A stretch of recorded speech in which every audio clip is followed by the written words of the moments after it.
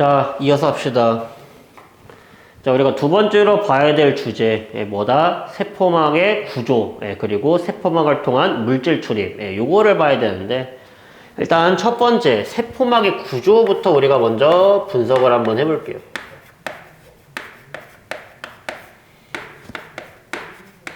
자, 일단 세포막의 주성분부터 먼저 알아야겠죠. 자, 일단 세포막은요, 이제 어떤 성분으로 주로 이루어져 있냐? 보통 일반적으로 인지질과 단백질로 이루어져 있다라고 얘기를 합니다. 예. 물론 인지질과 단백질 이외에도요, 뭐 탄수화물이 붙어 있는 케이스도 있고요. 동물 세포 같은 경우는 세포막에 콜레스테롤이라고 하는 분자가 붙어 있어가지고요, 뭐 동물 세포인지 아닌지 판단하는 데 쓰이기도 하거든요. 대부분 이겁니다. 인지질과 단백질이라고 보시면 될 것 같아요. 그렇죠? 그럼 저기서 우리가 인지질이라고 하는 용어가 나왔죠. 그렇죠? 네, 우리가 이제 생명체를 구성하는 물질에서 제가 살짝 다뤘는데요. 네, 이번에 자세하게 다루고 넘어가도록 하겠습니다. 요 인지질이라고 하는 놈이요. 일단 어떻게 생겨 먹었냐면 대략 이런 식으로 생겨 먹었어요. 네. 그림으로 나타내자면 그렇죠? 그래서 우리가 이 부분을요, 인지질의 머리라고 얘기를 하고요. 아래쪽을 인지질의 꼬리 부분이라고 얘기를 합니다. 참고로 이제 머리에는요, 이제 글리세롤이라든지 뭐 콜린, 뭐 인산, 뭐 요런 물이랑 친한 분자들이 들어가 있습니다. 그래서 우리가 이 머리 같은 경우는 물이랑 친하다. 그걸 우리가 뭐라 불렀어? 친수성이라 불렀죠. 그렇죠? 그래서 친수성 머리라고 얘기를 하고요. 반면 꼬리 같은 경우는 지방산으로 이루어져 있기 때문에 물이랑 친하지 않습니다. 그렇죠? 그래서 우리가 물이랑 친하지 않는다, 물을 밀어낸다 라고 해서 그걸 뭐라 그러냐면요, 소수성이라고 얘기를 합니다. 그래서 인지질은 기본적으로 형태가 저렇게 생겨 먹었고요. 저렇게 생겨 먹었으니까 우리가 세포막의 구조 있죠? 구조가 이렇게 나타나는 겁니다. 우리가 물에다가 물을 이렇게 떠놓고요. 여기다가 인지질을요, 왕창 때려 박은 거예요. 그러면은, 자, 인지질이 물 속에서 어떻게 배열이 될까를 한번 상상을 한번 해보자, 이런 말이죠. 그렇죠? 참고로 아시죠? 친한 놈들끼리 모이는 거, 그렇죠? 우리 친구도 친한 친구들끼리 앉잖아요. 그렇죠? 똑같아요. 분자들도요, 친한 놈들끼리 붙는다, 이런 말이야. 그러니까 어디? 머리는 물이랑 친하잖아. 그렇죠? 예, 그리고 지네들끼리도 친하잖아. 그래서 머리가 물이랑 친하니까 바깥쪽으로 이런 식으로 배열이 되고요. 반면 꼬리는 물이랑 안 친하잖아. 꼬리들 지네들끼리만 친하겠죠. 그래서 꼬리가 이런 식으로 안쪽으로 배열이 되면서요, 요런 구조를 만들게 돼요. 그리고 우리가 이것을 뭐라 그러냐, 이것을요 하나의 층이라고 얘기를 합니다. 그렇죠? 근데 그런 층이 몇 개가 있어요? 두 개가 있죠. 그렇죠? 그래서 우리가 이런 구조를 뭐라 그러냐면요, 인지질 이중층이라고 얘기를 하는 거예요. 그렇죠? 근데 이 기본입니다. 이걸 우리가 인지질 이중층이라고 얘기를 하고요. 이게 한 개의 막입니다. 이게 단일막 구조예요. 이중막이면은요, 인지질 이중층이요, 두 겹으로 이루어져 있는 걸 말하는 겁니다. 이 인지질 이중층이 단일막이다. 그래서 인지질 이중막이 아니라 이중층이다 라고 하는 기본적인 용어 잘 정리해 두시길 바라겠습니다. 그래서 생명체 안도 대부분 뭐야? 생명체의 내부 대부분 물이잖아. 그렇죠? 그러니까 역시 구조가 어떻게 배열되어 있어요? 머리가 바깥쪽, 꼬리가 안쪽으로 배열되어 있는 인지질이 이 두 개의 층을 만들게 되는 거죠. 그렇죠? 그래서 인지질 이중층에 보통 이 단백질이 들어가 있다라고 했죠. 이 단백질이요, 파묻혀 있는 놈들도 있고요, 관통하는 놈들도 있어요. 그래서 인지질 이중층에 단백질이 어떻게 파묻혀 있거나 또는 관통하는 구조라고 얘기를 합니다. 그리고 내가 얘네들을 한번 그림으로 한번 나타내 보도록 할게요. 네. 그래서 우리가 인지질 요렇게 있죠, 그쵸? 근데 걔네들이요, 이제 어떻게 배열되어 있다고요? 두 개의 층으로 배열되어 있다고 했죠? 인질 이중층, 그쵸? 그래서 요런 식으로 생겨 먹었는데, 중간중간에 어떤 놈들이 단백질들이요, 파묻혀 있는 놈도 있지만, 요런 식으로 뚫고 지나가는 거죠, 그쵸? 우리가 이런 걸 유식한 말로 관통한다라고 얘기를 하는 거죠, 그쵸? 네. 요렇게.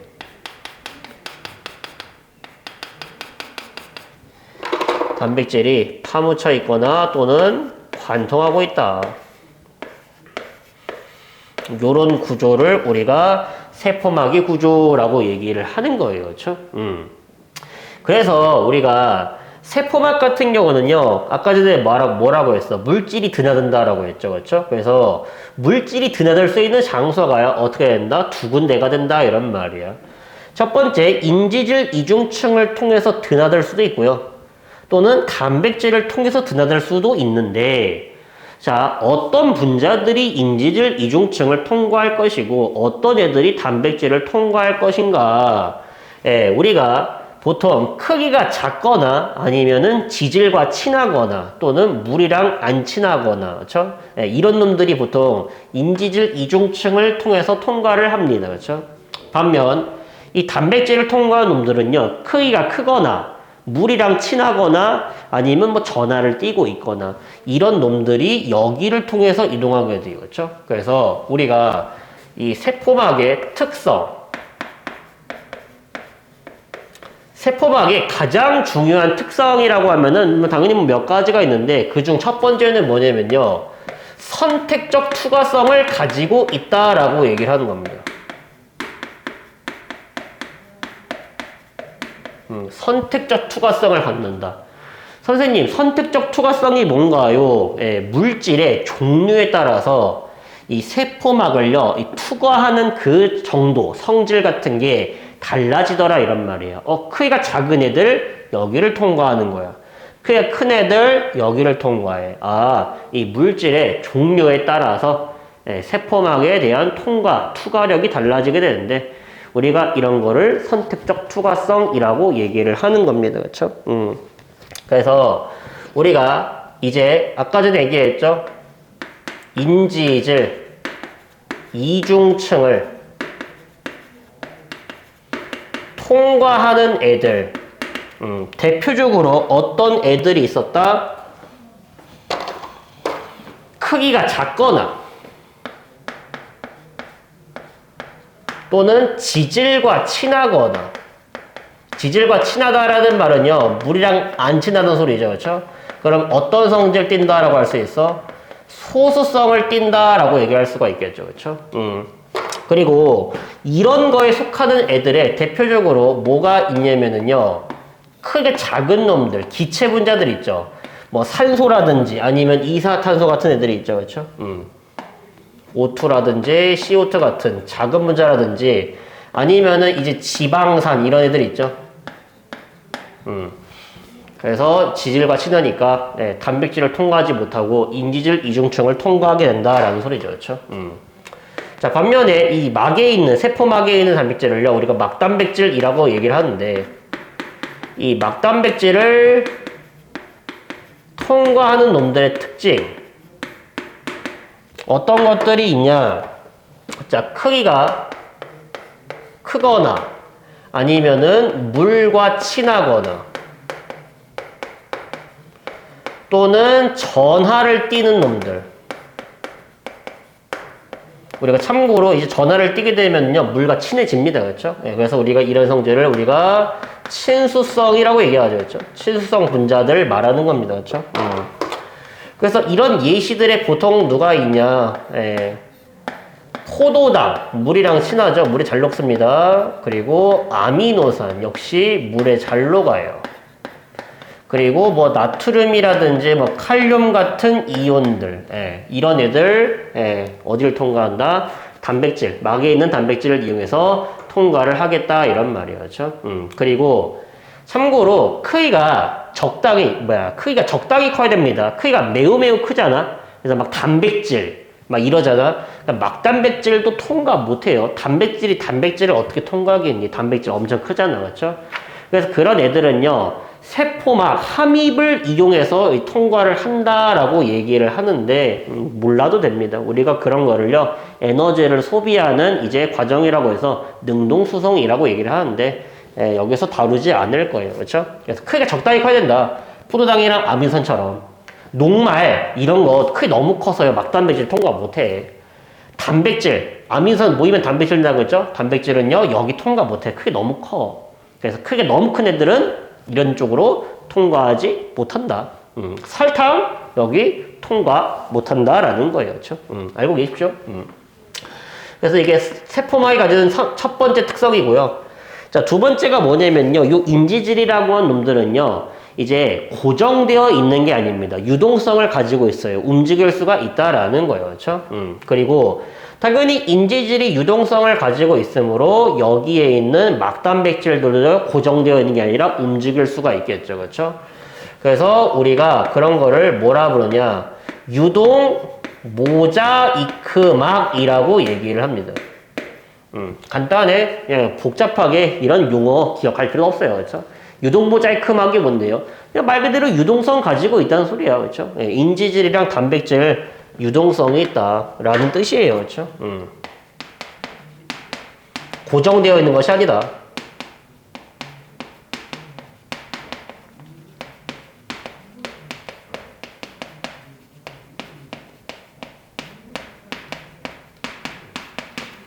라는 거고요. 자, 세 번째는요, 반투과성 막이라는 겁니다. 세포막은 반투과성 막이에요.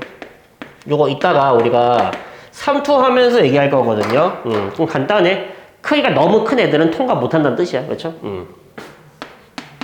크기가 매우 큰 입자들은 이제 세포막을 통과하지 못한다.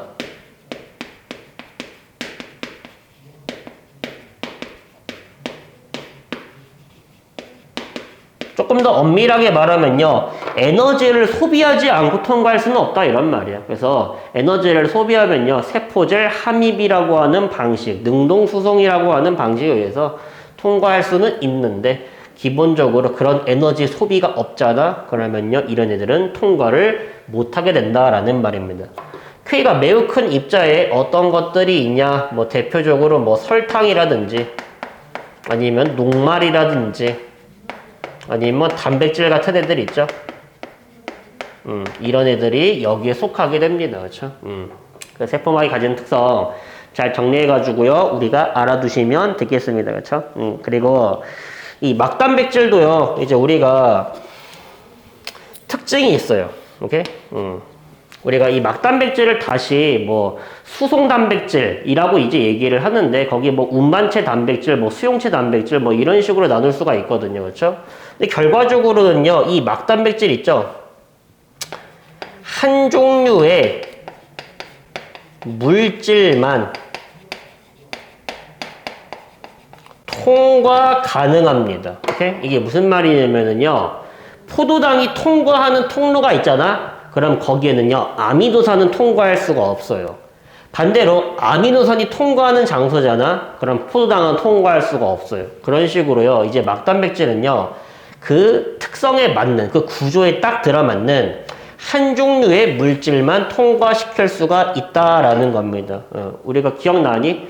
우리가 앞에서 생명체를 구성하는 물질을 했을 때 단백질은요, 입체 구조를 갖는다라고 했잖아. 그래서 그 입체 구조랑 딱 들어맞는 그 물질만 통과시킨 거고, 입체 구조에 들어맞지 않는 놈들은 통과시키지 않는다라고 얘기를 하는 겁니다. 그렇죠?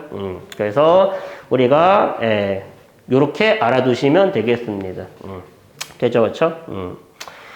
자, 그래서 그거를 잘 정리해 주시면 될 것 같고요. 그러면은 254페이지로 넘어가 가지고요, 이제 본격적으로 세포막을 통한 물질의 이동 방법 한번 보겠습니다.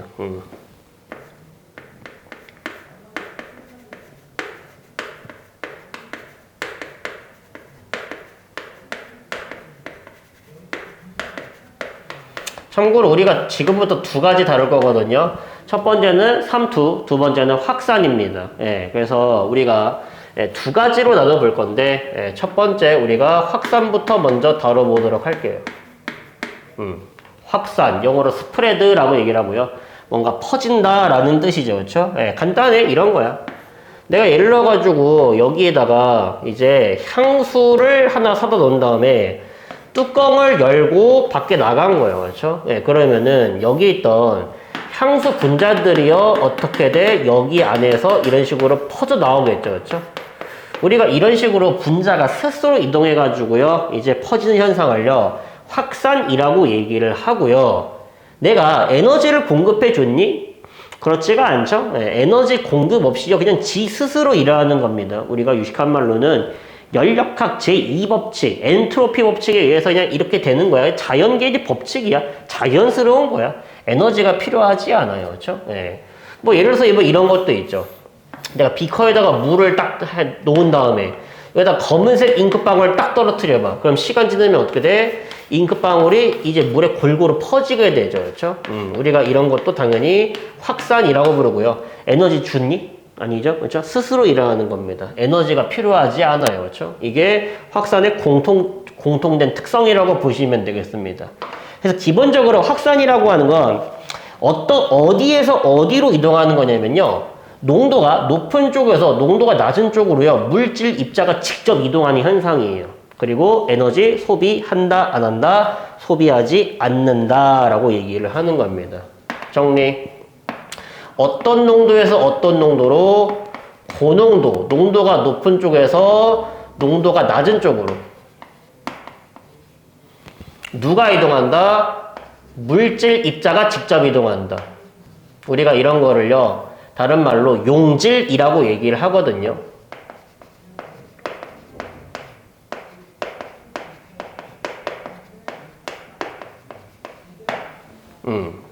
근데 용질이라고 하는 단어는요, 이따가 삼수할 때 조금 더 상세하게 할 테니까 그냥 물질 입자가 직접 이동하는구나 정도로만 우리가 알아두시면 되겠습니다. 그렇죠? 그리고 이 과정에서 에너지를 소비하지 않는다. 라고 이제 우리가 알아두시면 될 것 같아요. 그렇죠? 자, 근데 우리가 확산도요, 이제 두 가지로 나눌 수가 있습니다. 그렇죠? 예, 우리가 세포막에는 두 군데가 있잖아요. 그렇죠? 첫 번째, 인지질 이중층을 통해서 확산이 일어날 수도 있고요. 단백질을 이용해서 확산이 일어날 수도 있죠. 그렇죠? 그래서 그 확산을요, 다시 크게 이렇게 나누는 거예요. 첫 번째, 촉진 확산, 두 번째, 단순 확산. 이렇게 나눌 수가 있다라는 겁니다. 그렇죠? 우리가 한번 그림과 글로 한번 나타내 보도록 할게요. 자, 여기에 이런 식으로 세포막이 존재를 하고요. 우리가 세포막을 통해서 물질들이 드나들 수 있다라고 얘기를 했는데 여기 이런 식으로 단백질 같은 게 있고 인지질 이중층이 이렇게 있어요. 예. 자, 첫 번째 예를 들어서 여기에 이런 식으로요. 삼각형 A라고 하는 물질일까요? 예, 얘는요. 여기에 이런 식으로 3개가 있고요. 여기는 이렇게 1개가 있습니다. 자, 그러면 어디서 어디로 이동하나요? 이 A라고 하는 분자는 아까 말했죠? 예, 농도가 높은 쪽에서 낮은 농도로 물질들이 스스로 이렇게 이동한다라고 했죠. 그렇죠? 그래서 요 위에가 고농도고 아래쪽이 저농도니까 위에서 아래로 물질 입자가 직접 이동하는 겁니다. 우리가 이렇게 이동하는 방식을요, 뭐라고 부르는 거냐면요, 단순 확산이라고 얘기를 합니다. 어디를 통해서 확산된 거야? 인지질 이중층을 통해서 일어나는 확산을 단순 확산이라고 부르고요. 자, 반면에 여기에 요런 분자가 요렇게 있는데, 자, 아래는 3개 있죠? 위에는 1개 있죠? 역시 많은 쪽에서 적은 쪽으로 이렇게 이동하기로 하겠죠? 그렇죠? 그래서 우리가 이렇게 단백질, 막에 있는 단백질을 통해서 일어나는 확산을 우리가 뭐라 부른다? 촉진 확산이라고 얘기를 해요. 그래서 확산은 이렇게 단순 확산이랑 촉진 확산으로 나눌 수가 있다라는 겁니다. 그렇죠? 그리고 단순 확산을 할 수 있는 사례, 방금 전에 얘기했죠? 인지질을 통과할 수 있는 놈, 특징이 뭐예요? 크기가 작거나 아니면은 지질과 친하거나 이런 특성을 가지고 있는 놈들, 대표적으로 산소라든지 이산화탄소 같은 애들이 단순 확산을 통해서 이제 일어난다라고 보는 거죠, 그렇죠?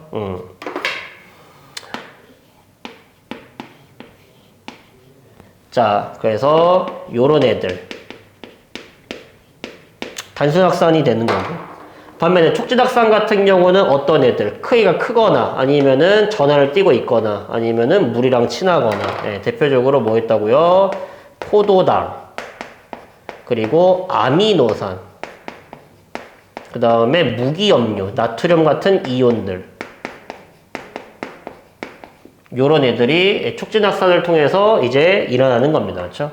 그리고 이렇게 산소랑 이산화탄소가 이동하는 대표적인 사례가 뭐가 있냐면은 이제 폐포에서 일어나는 기체 교환입니다.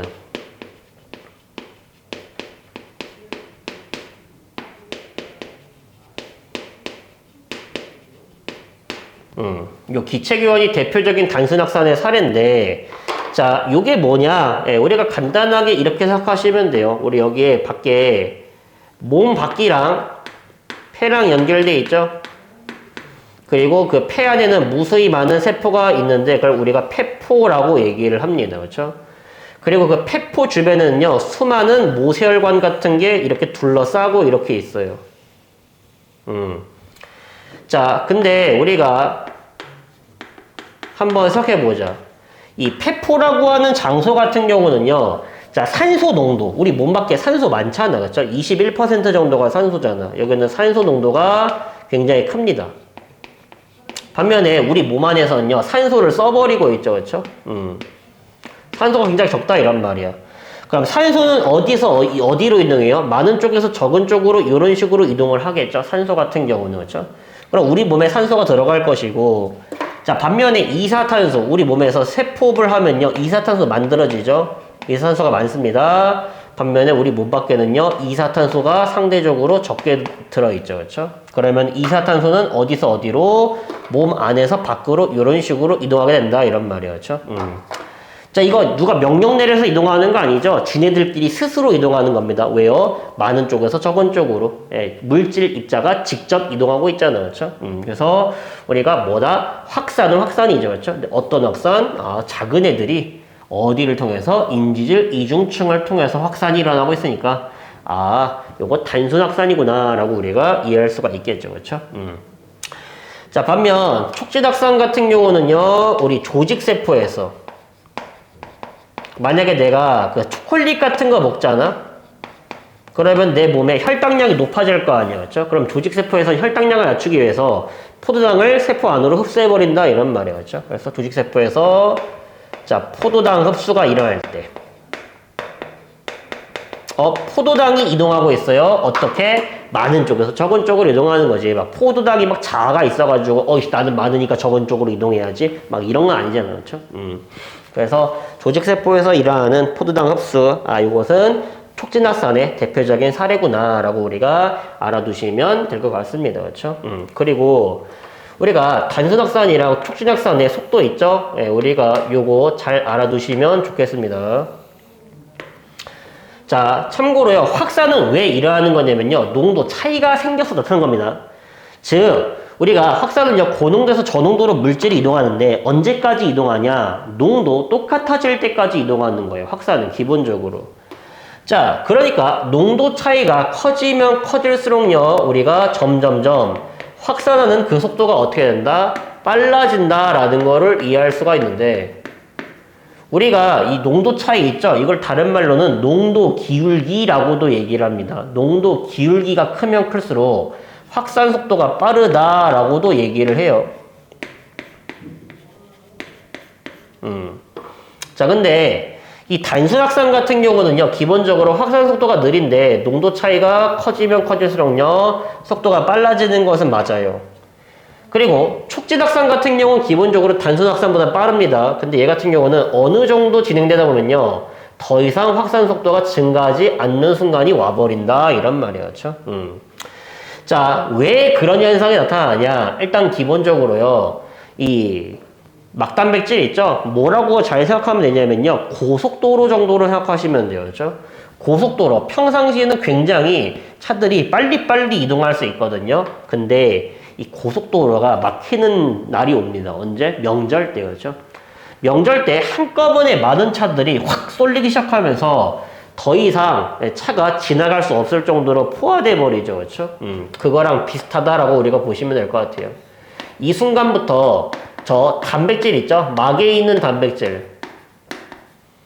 막단백질이 뭐 됐기 때문에 포화 꽉 차가지고요. 더 이상 물질들이 농도가 커지면 뭐하니? 어차피 들어오질 못하는데, 그렇죠? 예. 그런 순간이 오게 된다 이런 말이야. 그 순간부터는 더 이상 속도가 증가하지 않는다라는 거죠, 그렇죠? 그래서 우리가 이때 막단백질이 포화됐구나. 이게 촉진확산의 대표적인 이제 특징이구나라고 이제 우리가 알아두시면 되겠습니다. 기본적으로 고속도로라 가지고요, 촉진확산이 더 빨라요. 단순확산에 비해서. 그래서 우리가 이렇게 속도 차이 잘 정리해 주시면 되겠습니다. 그리고 뭐 촉진확산 같은 경우는 뭐 통로 단백질이냐 운반체 단백질이냐에 따라서요 이제 통과하는 물질이 종류가 달라지는데 우리가 그 정도까지 구분할 필요는 없겠습니다. 그렇죠? 그래서 우리는 아까 전에 기억했던 것만 잘 기억하시면 돼요. 이제 운반체 단백질 같은 경우는요 이제 한 종류의 물질만 통과시킨다. 자기 입체 구조랑 딱 들어맞는 놈들만 통과시킨다 라고 이제 우리가 이해를 해주시면 좋을 것 같겠습니다. 그렇죠? 자, 그래서 확산이란 요런 게 있구나 라고 우리가 정리해 주시면 될 것 같고요. 255페이지로 넘어가서 이번엔 두 번째 주제 3투 한번 보도록 하겠습니다.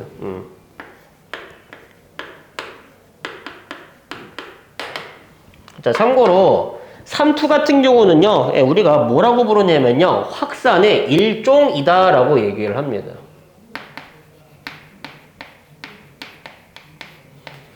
자, 확산이랑 다를 바가 없다라는 거예요. 그렇죠? 저게 왜 확산이랑 다를 바가 없냐? 우리가 이제 이거를요, 뭘로 이해한다? 그림으로 한번 이해를 해보겠다라는 말입니다.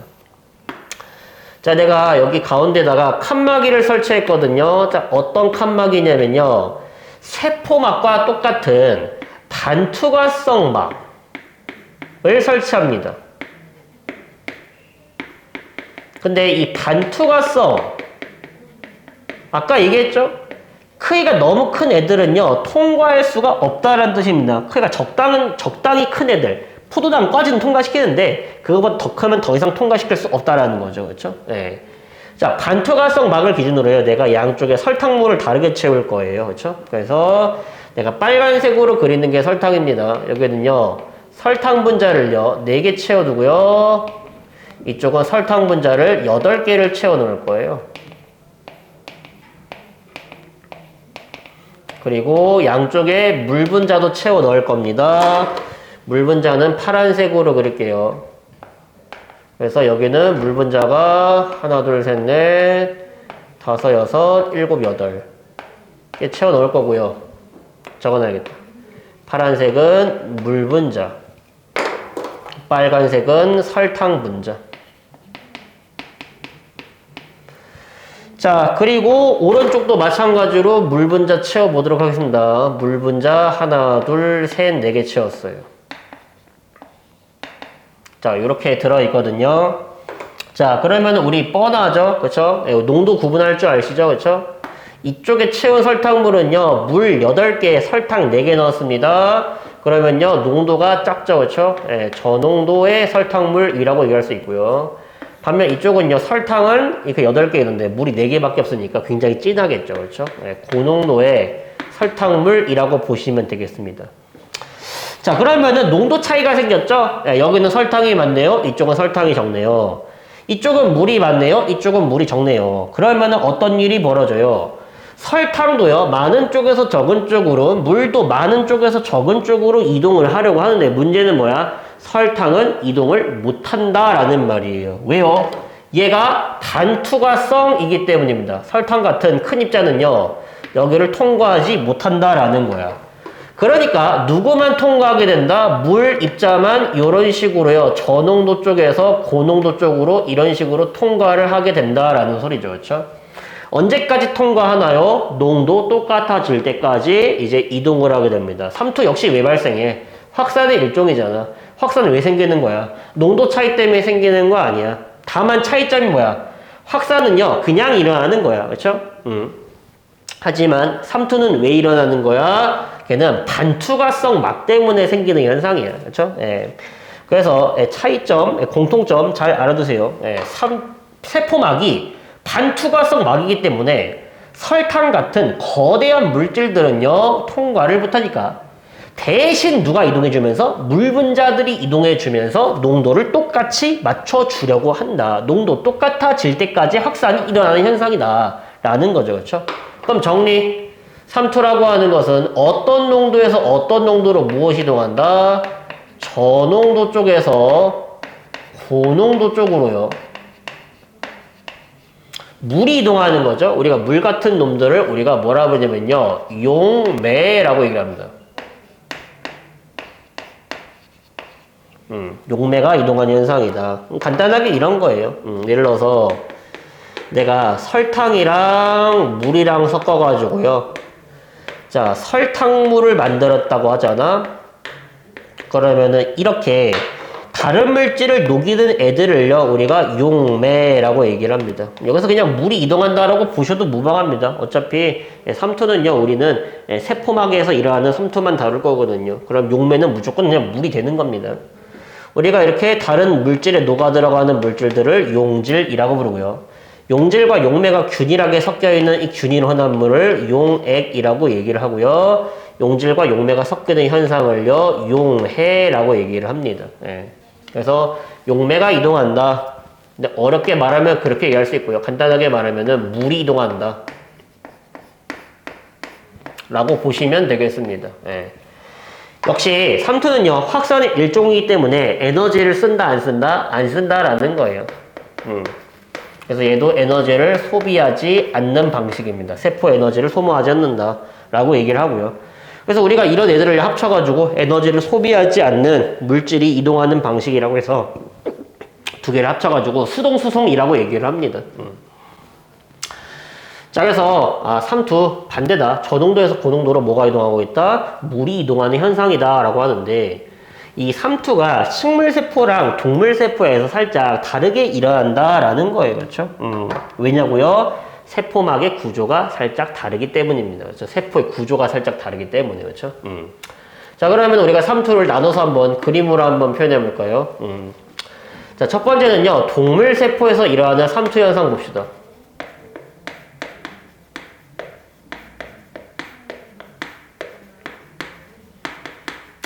자, 대표적으로 내가 누구를 넣을 거냐면요, 적혈구를요, 서로 농도가 다른 용액에 집어 넣을 겁니다. 그러면은 적혈구의 모양이 어떻게 바뀔지를요, 한번 생각을 한번 해볼게요. 자, 여기에 이런 식으로요, 자, 비커가 이렇게 있는데, 자, 한쪽은요, 적혈구랑 농도가 똑같은 용액, 그리고 하나는 적혈구보다 농도가 낮은 용액, 하나는 적혈구보다 농도가 높은 용액에 집어넣을 겁니다. 그렇죠? 그래서 자, 우리가 이렇게 적혈구 집어넣는데 아까 전에 뭐라고 했어요? 한쪽은 적혈구 내부보다 농도가 낮은 용액이라고 했죠? 우리가 세포보다 농도가 낮은 용액을요, 뭐라고 부르는 거냐면요, 저장액이라고 얘기를 합니다. 그리고 세포랑 농도가 똑같은 용액을요, 우리가 등장액이라고 부르고요. 세포 안쪽보다 농도가 높은 용액을 고장액이라고 얘기를 합니다. 이런 설탕물에 집어 넣을 거야. 자, 그러면은 여기서 무슨 일이 벌어지는지 한번 상상을 한번 해봐. 자, 저장액이라는 말은요, 여기 바깥의 농도는 저농도야. 그럼 안쪽 농도는 상대적으로 고농도가 되겠죠. 자, 그러면은 무슨 일이 벌어진다고 했죠? 여기 세포막을 기준으로요, 삼투 현상 나타난다고 했죠? 설탕물이라고 했으니까. 그럼 저농도 쪽에서 고농도 쪽으로 뭐가 이동한다? 물이 이동할 거다, 이런 말이에요. 그렇죠? 그러면은 세포 안으로 들어오는 물의 양이 이렇게 있으니까 세포가 점점점 뭐 하다가 크기가 점점점 커지다가 어떻게 될 것이냐?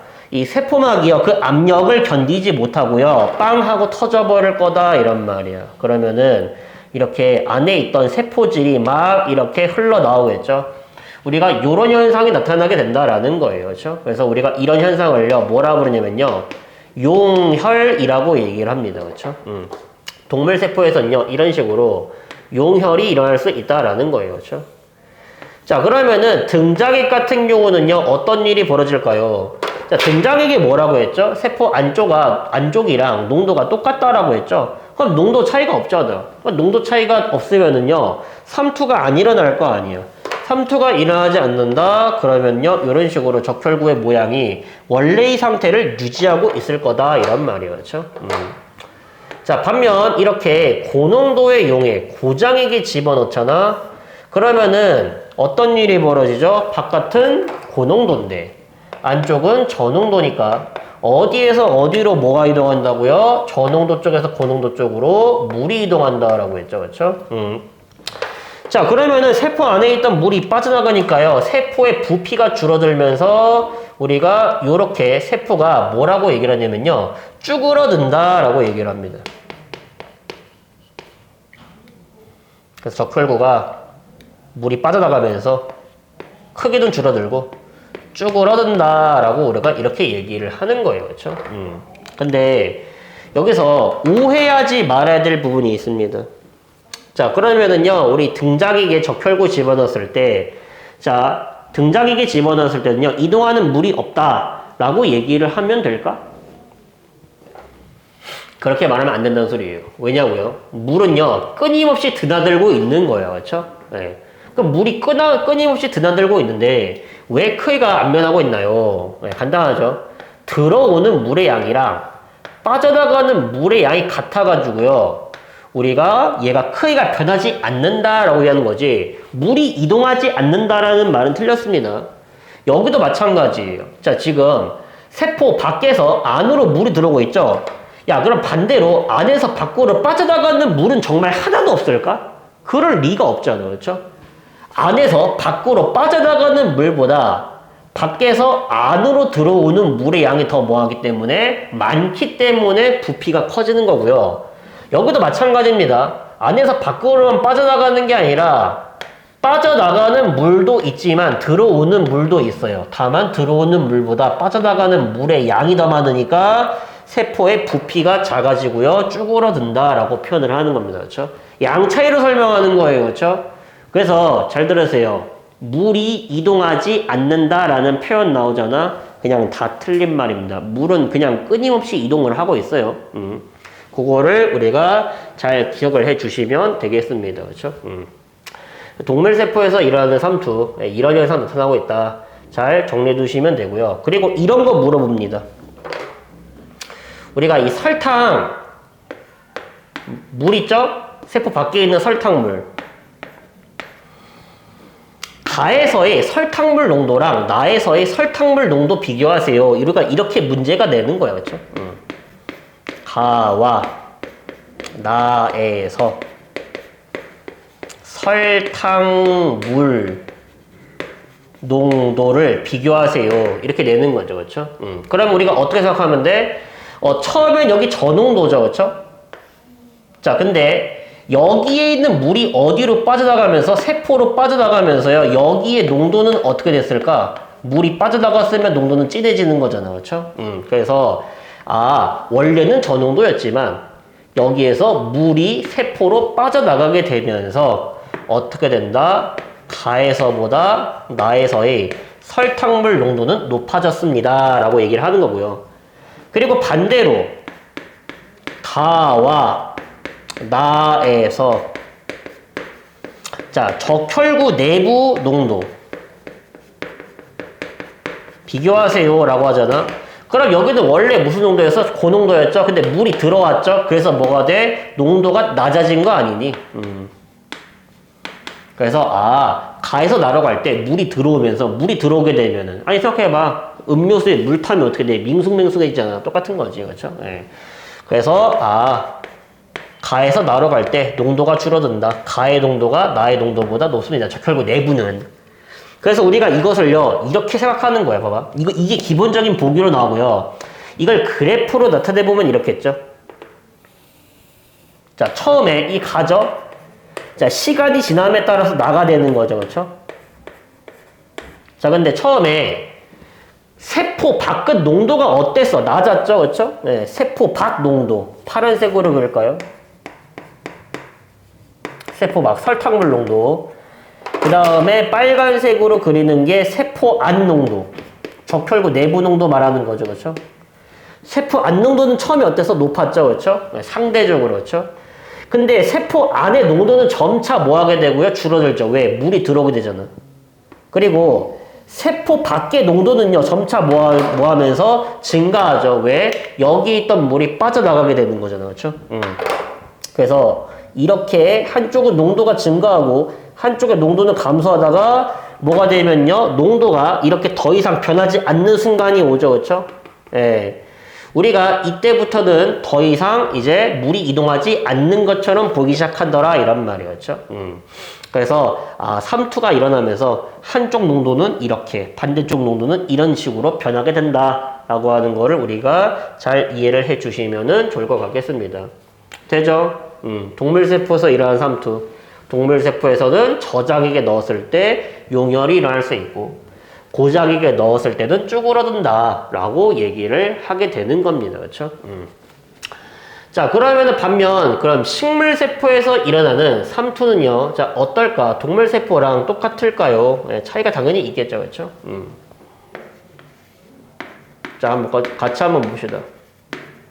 자, 식물세포에서의 삼투.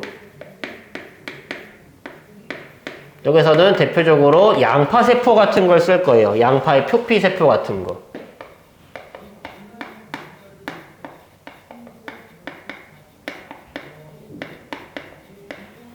자, 그러면은 마찬가지로 똑같이 한번 해볼까요? 자, 여기에 비커가 이렇게 있는데, 자, 하나는요, 양파세포보다 농도가 높은 놈, 하나는 똑같은 놈, 하나는 낮은 놈, 이렇게 하나씩 담궈 버립시다.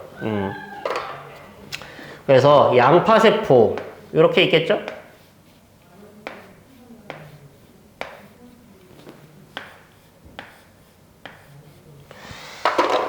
자, 이런 식으로 안쪽에는요 세포막이 있겠죠. 바깥쪽에는 세포벽이 있고.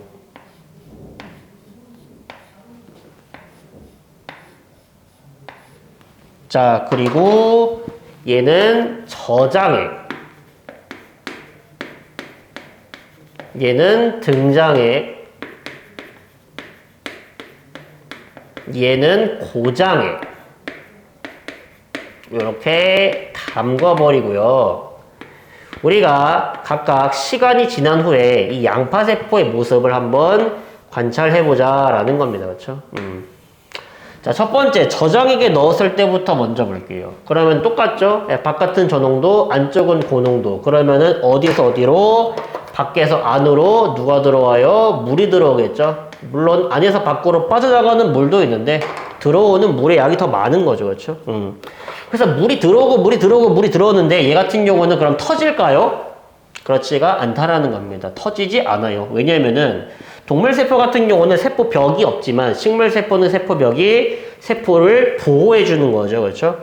그래서 이렇게 세포가 빵빵해지기는 하지만 막 터지지는 않는다 이런 말이야. 동물세포처럼. 그렇죠? 그래서 우리가 식물세포가 이렇게 팽팽하게 이제 팽창한 상태를요, 우리가 뭐라고 부르는 거냐면요, 팽윤이라고 얘기를 합니다. 그래서 팽윤 상태가 되었다라고 얘기를 하는 거예요. 네. 자, 등장액에 집어넣었을 때는 뭐 동물세포랑 별 차이 없죠. 그렇죠? 안으로 들어오는 물의 양과 빠져나가는 물의 양이 똑같으므로 세포가 원래의 크기랑 모양을 유지를 하고 있다라는 거고요. 그리고 이 저농도에 넣었을 때 고농도에 넣었을 때 굉장히 특이한 일이 벌어지거든요. 자, 일단 바깥이 고농도, 안쪽이 저농도니까 어디에서 어디로 물이 이동한다? 저농도에서 고농도로 물이 이동하는 거죠. 그렇죠? 그럼 내부에 있는 물이 빠져나오니까 세포의 부피가 줄어들긴 할 텐데 막 크게 엄청나게 줄어드는 건 아닙니다. 왜냐하면 세포 벽이기 때문이에요. 그렇죠? 그래서 크게 줄어들긴 줄어드는데 많이 줄어들진 않거든요. 다만 안에 있는 물이 빠져나가면서요. 세포 벽에 달라붙어 있던 세포막이요. 세포벽과 분리가 됩니다. 그래서 우리가 이 세포막 안쪽을 원형질이라고 부르는데 원형질이 분리되었다라고 해가지고요. 이런 현상을요. 원형질 분리가 일어났다라고 얘기를 하는 거예요. 그렇죠? 동물세포랑 차이점입니다. 동물세포는 쭈그러드는데 식물세포 같은 경우는 원형질 분리가 일어나는 거죠. 전부 다 뭐가 있기 때문에 세포벽이 있기 때문에 나타나는 특징이다 라고 보시면 되겠습니다. 그리고 참고로 우리가 아까 전에 식물세포에서 물이나 색소, 노폐물 같은 거를 저장하는 세포 소위관이 있다고 했죠. 우리가 그걸 뭐라 불렀다? 액포라 불렀습니다. 그렇죠? 그래서 이 팽윤 상태가 되잖아. 그러면요 물이 안으로 들어오는 거죠. 그렇죠? 그래서 물이 안으로 들어오는데 그러면은 그 물을 어디에 저장해 놓는다? 액포에 저장해 놓는 거죠. 그렇죠? 그래서 이런 경우는 액포의 크기가 평상시보다 뭐하게 되고요? 커지고요. 반대로 물이 빠져나갈 때는요, 액포에 있던 물을요, 먼저 빼냅니다. 그렇죠? 세포의 압력, 삼투압이라 부르거든요. 삼투가 일어날 때 발생하는 압력이라 해서, 그렇죠? 그걸 조절하기 위해서 액포를 먼저 이제 물을 빼버리는 거예요. 그렇죠? 그래서 이 경우는 액포의 크기가 감소하게 된다. 세포 크기 따라간다라고 보시면 돼. 물 들어오니까 액포도 같이 커지는 거고요. 물 빠져나가니까 액포 크기도 줄어든다. 그러면서 삼투에서 발생하는 압력, 삼투압 같은 걸 조절해준다. 라고 이제 우리가 이해를 해주시면 되겠습니다. 그렇죠? 그래서 디테일한 것까지 봤고요. 요런 게 가장 중요해요. 삼투에서는. 그렇죠? 요거를 이제 헷갈리지 마세요. 이 설탕물의 농도는 점차 어떻게 변하고 있을까? 세포 내부의 농도는 어떻게 변하고 있을까? 가장 핵심이라고 보시면 되겠습니다. 그리고 충분한 시간이 흘렀을 경우는 안과 밖의 농도가 뭐하게 된다? 똑같아진다. 이거든. 오케이? 처음보다 근데 높아졌냐? 처음보다 낮아졌냐? 그거를 우리가 판단을 하셔야 된다라는 말입니다. 그렇죠? 그래서 우리가 이렇게 삼투, 우리가 이 삼투를요, 이제 확인할 수 있는 대표적인 사례, 그런 게 어디 있냐? 이제 우리가 그 엄마들이 그 겨울철에 김장을 하잖아. 그렇죠? 근데 그 김장할 때 배추를 어떻게 하죠? 배추를 소금물에 절입니다. 자, 왜 하필이면은 배추를요, 소금물에 절일까? 김치를 짜게 만들기 위해서일까? 그렇지가 않다는 소리예요. 여기 이렇게 배추가 이렇게 있잖아? 그림을 못 그려요. 배추라고 해, 그냥. 이상하게 생겼는데. 발바닥 같은 데 배추라고 합시다. 자, 배추가 있는데요. 얘를요, 소금물에 담궈버리면은요, 자, 어떤 일이 벌어지죠? 밖은요, 소금물이니까 농도가 높겠죠? 고농도. 안쪽은 저농도죠? 그러면 어디서 어디로? 저농도에서 고농도로 물이 이동하겠죠? 그렇죠? 그러면서 배추가 숨이 죽는다라고 표현하죠. 배추의 부피가 확 줄어들어요. 그렇죠? 배추 안에 있는 물을 빼고요. 우리는 거기에 있는 뭘 섭취한다? 배추에 있는 식이섬유, 이런 걸 섭취하게 되는 거죠. 그렇죠? 그래서 배추에 소금물이 절이게 되면요. 배추 안에 있는 물이요. 쫙쫙쫙쫙 빠져나오게 됩니다. 그렇죠? 그래서 요런 현상. 그리고 참고로 매실청 만드는 거 혹시 유튜브에서 봤는지 모르겠네. 유튜브는 그런 거 보라고 하는 거였죠. 과일청. 과일청 중에 대표적으로 이제 매실청. 담글 때 매실을요. 진짜 물 한 방울도 안 넣고요. 그냥 전부 다 설탕으로만 채워 넣습니다. 매실을 이렇게 채우고 설탕 들이붓는 거예요. 그냥. 물 한 방울도 없이 설탕만. 그럼 밖은 어때? 밖은 완전 고농도잖아. 이거 물 한 방울 없는 순수한 설탕이니까. 근데 매실 안쪽은 저농도잖아. 그럼 안쪽에 있던 물이 어떻게 된다? 빠져나오게 된다 이런 말이야. 그러면서 이 설탕이랑 매실 액기스랑 이제 섞이게 되는 거죠. 그렇죠? 그래서 완전 설탕 덩어리야 매실 액기스. 매실청 같은 거. 과일청. 완전 설탕 덩어리. 그렇죠? 그래서 요런 게 이제 대표적인 이제 삼투고요. 예. 우리 몸속에서요, 이제 물 같은 거 이동할 때 있죠? 예, 그럴 때도 우리가 삼투가 일어난다라고 얘기를 합니다. 그렇죠? 물의 제흡수 같은 거 있죠? 예, 우리 콩팥에 있는 세뇨관에서 물이 제흡수된 현상, 이런 것도 삼투가 이제 되고 있다라고 우리가 알아두시면 될 것 같습니다. 그렇죠? 그래서 그거 잘 정리해 주시면 될 것 같고요. 256페이지로 넘어가가지고요. 에너지를 사용하는 세포막에 이제 물질 이동 나와 있죠. 그렇죠? 예, 참고로만 알아두세요. 그렇죠? 능동수송이라고 불리는 방식이랑 세포 내 섭취, 세포의 배출 이런 방식이 있는데 예, 그냥 그런 게 있다 정도로만 알아두시면 되겠습니다. 우리가 방금 전까지 배웠던 확산이랑 삼투는요. 에너지를 소비하지 않는 겁니다. 그렇죠? 그거를 잘 유념해서 기억해 두시길 바라겠습니다. 그렇죠? 자, 그럼 우리가 본격적으로 예제 몇 개 풀어보고 마무리 해야겠죠. 그렇죠? 자, 그러면은 256페이지에 밑에 있는 1번 보도록 하겠습니다. 양파에 표피 조각을요, 농도가 서로 다른 설탕용에 A부터 C에 넣어두었다가 현미경으로 관찰했는데, A에 담가 넣었을 때는요, 세포의 부피가 커졌대요. 그렇죠? 그럼 이렇게 생각하는 거야. 세포의 부피가 커졌다라는 말은, 아, 밖에서 안으로 물이 들어왔구나. 그럼 물이 들어왔다라는 말은요, 삼투가 일어났다는 소리잖아. 근데 삼투는 어떻게 일어난다 했어? 저농도에서 고농도로 물이 이동하는 현상이라 했잖아. 그럼 밖이 저농도, 안쪽이 고농도. 즉, A 같은 경우는 저장액에 담갔을 때를 말하는 거죠. 그렇죠? 그럼 마찬가지로 B랑 C 똑같이 해결할 수 있겠죠? 네, B에서는요, 세포 부피가 거의 변하지 않으므로 세포랑 농도가 똑같은 용액에 담갔다. 즉, 등장액에 담갔다라고 생각할 수 있고요. 얘 같은 경우는 이제 세포막이 세포벽에서 떨어졌다. 원형질 분리가 일어났다라고 얘기 나와 있죠. 그렇죠? 그러면은, 세포막이 세포벽으로부터 분리가 되었다면은 안에 있는 물이 빠져나갔다라는 소리가 되고, 그러면은, 물은 저농도에서 고농도로 이동하는 것이니까 농도가 높은 용액에 담갔네. 즉, 고장액에 담갔네. 라고 볼 수가 있겠죠. 그렇죠? 그러면은 설탕용의 A, B, C의 농도는요, 비교하자면은 C가 가장 높고요. 그 다음이 B고요. 그 다음이 A 순서가 되겠죠. 그렇죠? 그래서 잘 기억하십시오. 세포의 부피가 커졌다. 그러면은 밖에서 세포 안으로 물이 들어온 것이다. 근데 물은요, 어디서 어디로? 저농도에서 고농도로 이동한다. 왜요? 이것은 삼투 현상이니까. 되죠? 요런 거 헷갈리지 마시길 바라겠습니다. 자, 그러면은 오른쪽에 있는 조금 어려운 문제로 우리가 한번 접근해 보도록 할게요. 257페이지에 우리 2번 한번 같이 한번 보도록 하겠습니다. 자, 동일한 반투과성 막을요, U자관 1과 2에 각각 장치하고요, 농도가 서로 다른 설탕용의 A, B, C를 준비한대요.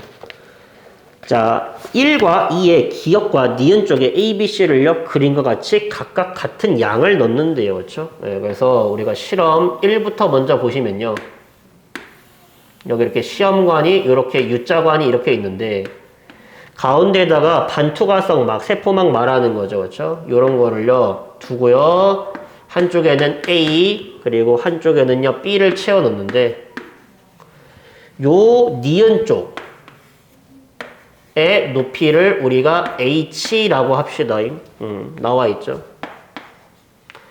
자, 실험 2 같은 경우는 마찬가지로 U자관 준비해 준 다음에 가운데에 반투과성 막 준비해 주고, 요렇게 한쪽은요, 역시 A, 이번엔 한쪽에는 C를 채운 거죠. 그렇죠? 자, 역시 니은 쪽의 높이를 H라고 합시다. 네. 자, 그리고 나서 시간이 흐르면서 저 H 쪽의 높이가 어떻게 되고 있냐를 이제 그래프로 나타내 봤다 이런 말이었죠. 자, 그랬더니 무슨 일이 벌어졌대요. 실험 1 같은 경우는요, 시간이 지날수록요, 높이가 점점 높아졌다라는 거고요. 반면 실험 2 같은 경우는요, 시간이 지날수록요, 점차 높이가 낮아졌다라는 결과가 나와 있대요. 그렇죠? 이렇게. 그리고 요때가 시간 T1이라고 나와 있습니다.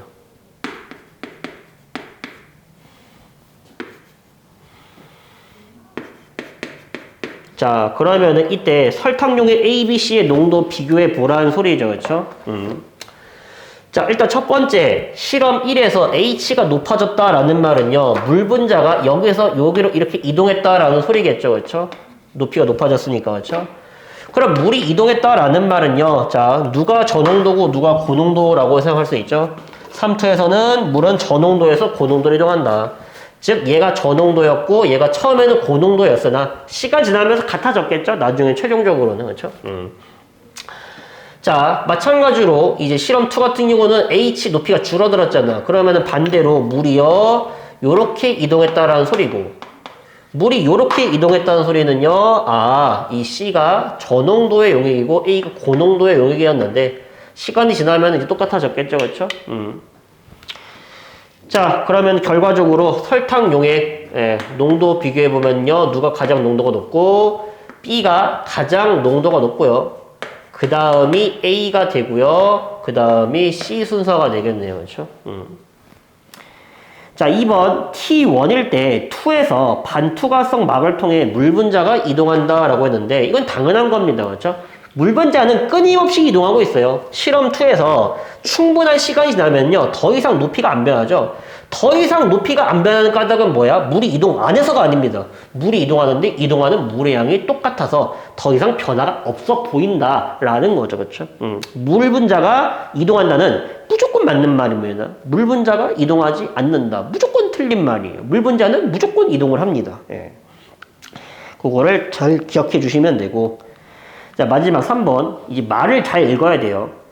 세포 내액의 농도가 가의 C와 동일한 적혈구를. 자, 이게 무슨 말이야? 내가 적혈구를 준비할 건데, 누구랑 농도가 똑같은 가의 C와 농도가 똑같은 놈을, 이런 적혈구를요, 어디에? B에 넣었을 때. 무슨 현상이 나타나겠냐라고 이렇게 물어본 거죠. 그렇죠?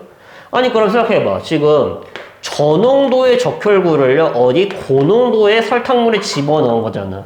그럼 무슨 일이 벌어져요? 저농도 쪽에서 고농도 쪽으로 물이 이런 식으로 빠져나오겠죠. 그렇죠? 그러면 어떻게 돼? 적혈구가 쭈그러든다. 부피가 줄어든다. 라고 이제 우리가 얘기를 해야겠죠. 그렇죠? 3번 정답은 적혈구가 쭈그러든다. 적혈구의 부피가 감소한다. 뭐 이런 식으로 적어주시면 되겠습니다. 그렇죠? 되죠? 무슨 말인지 아시죠? 네. 글을 잘 읽으세요. 문제가 이렇게 나오는 거야. 이제 상황을 주고요.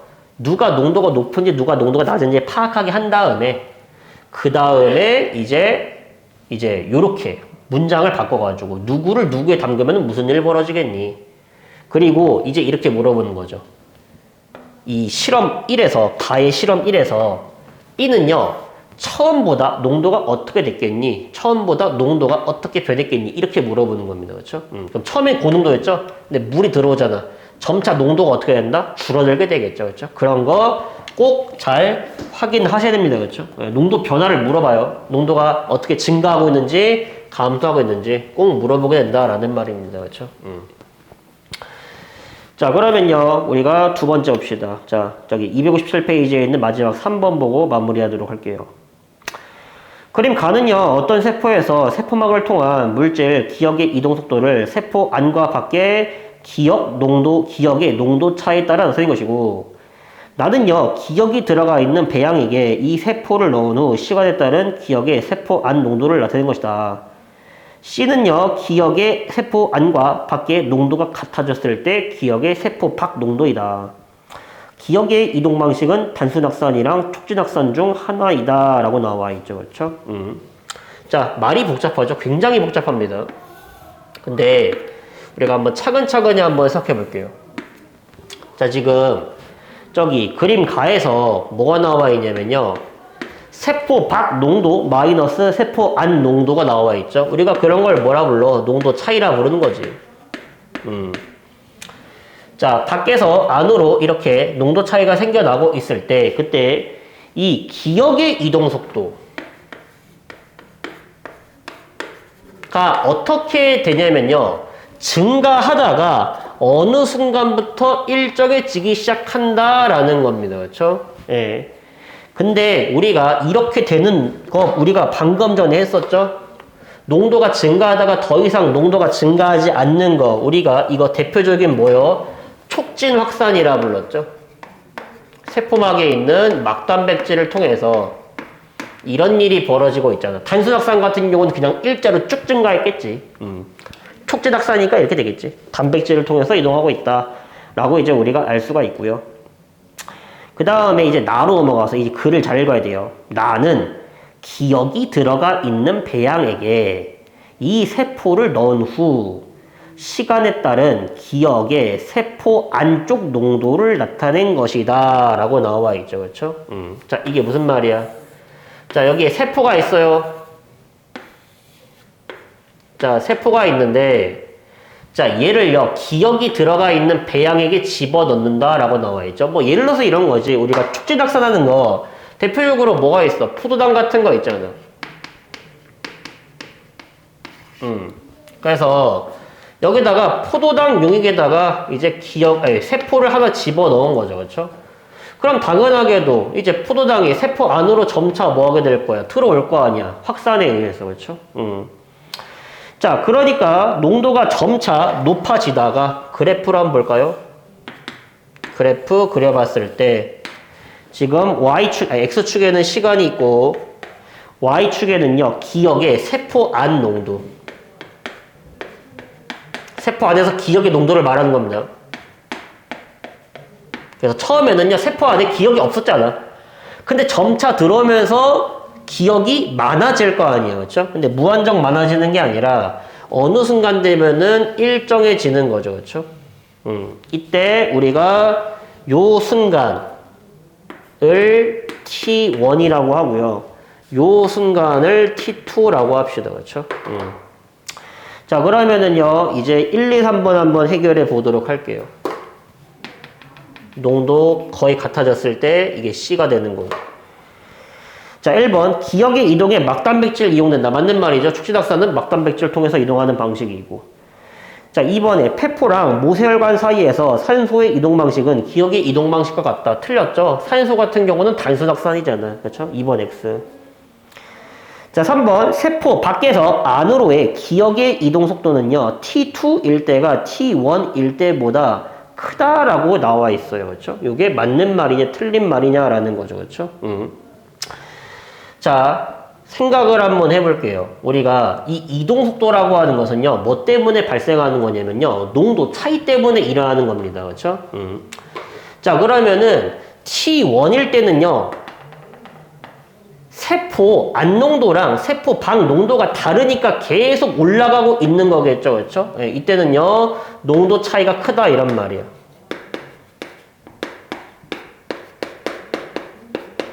자, 반면 이 T2가 되잖아? 그러면요, 이제 더 이상 세포 안 농도가 변해 안 변해? 안 변하죠. 왜 변화가 없을까? 예, 이때는요, 이제 포도당이 들어오는 양이랑 빠져나가는 양이랑 같아서 그래요. 그렇죠? 농도 차이가 이제 난다 안 난다? 안 나타난다 이런 말이야. 우리 확산이라고 하는 거 언제까지 일어난다고 했어? 농도 똑같아질 때까지 일어나는 거잖아. 그렇죠? 고농도에서 저농도로 가는데 농도가 똑같아질 때까지 확산이 납니다. 즉, 이 경우는요, 농도 차이가 거의 없다라고 볼 수가 있겠죠. 농도가 변화가 없다. 그러면 확산이 일어나지 않는다. 확산이 일어나지 않는다라는 말은 세포 밖과 안쪽에 농도 차이가 없다. 농도 차이가 없다라는 말은요, 확산 속도가 빵이다라고 우리가 이해할 수 있겠죠. 그렇죠? 그러면은 3번. 세포 밖에서 안으로의 기억의 이동 속도는 T2일 때가 T1일 때보다 크다. 네, 틀린 말이죠. T1일 때가 더 크다라고 우리가 해석할 수 있겠습니다. 되나요? 그렇죠? 그래서 말이 조금 어렵게 이런 식으로 나오는 거지. 원리만 제대로 이해하면은요, 예, 우리가 충분히 해결할 수가 있겠습니다. 그렇죠? 그리고 이런 거 할 줄 알아야 돼요. 기억의 세포한 농도는 이렇게 돼 있죠? 그럼 반대로 기억의 세포 밖 농도는요, 어떻게 되었을까? 이런 것도 생각해 볼 줄 알아야겠죠. 그렇죠? 기억의 세포 밖 농도는요, 처음에는요, C보다 높았는데 점차 포도당이 여기에서 이쪽으로 이동하겠죠? 밖에서 안으로 이동하겠죠? 그럼 밖은 점차 농도가 줄어들다가 어느 순간 되면 일정해지겠죠? 그렇죠? 얼마로? C로 일정해질 것이다. 이런 생각도 우리가 충분히 해봐야 된다. 이런 말이에요. 그렇죠? 문제 하나를요, 그냥 OX 맞추고 넘어가는 게 아니라, 세포 안 농도가 이렇게 돼 있으면은 세포 밖 농도는 어떻게 될까? 이런 거를 생각해 보셔야 된다라는 말입니다. 됐죠? 그래서 오늘 3투까지 해가지고요, 많은 걸 했습니다. 그래서 관련 문제 한번 잘 풀어보시고요. 우리가 틀린 거 있으면요, 다시 문제 같은 거 꼼꼼히 읽으면서 아까 말했던 요런 보기 있죠? 굉장히 자주 나오고요. 여기서 가장 많이 틀리는 거예요. 오케이? 농도 변화가 어떻게 될지를요. 한번 그림으로 그리면서 한번 잘 이해를 해보세요. 시간이 지나면서 농도가 어떻게 될까? 낮아질까? 높아질까? 무엇이 어디로 이동하면서 농도가 어떻게 변하고 있을까? 이런 것들을 우리가 생각을 해 봐야 됩니다. 그렇죠? 자, 그래서 오늘 생명 시스템의 기본 단위 완료했고요. 고생 많으셨습니다. 다음에 다른 주제로 뵙도록 하겠습니다. 자, 안녕.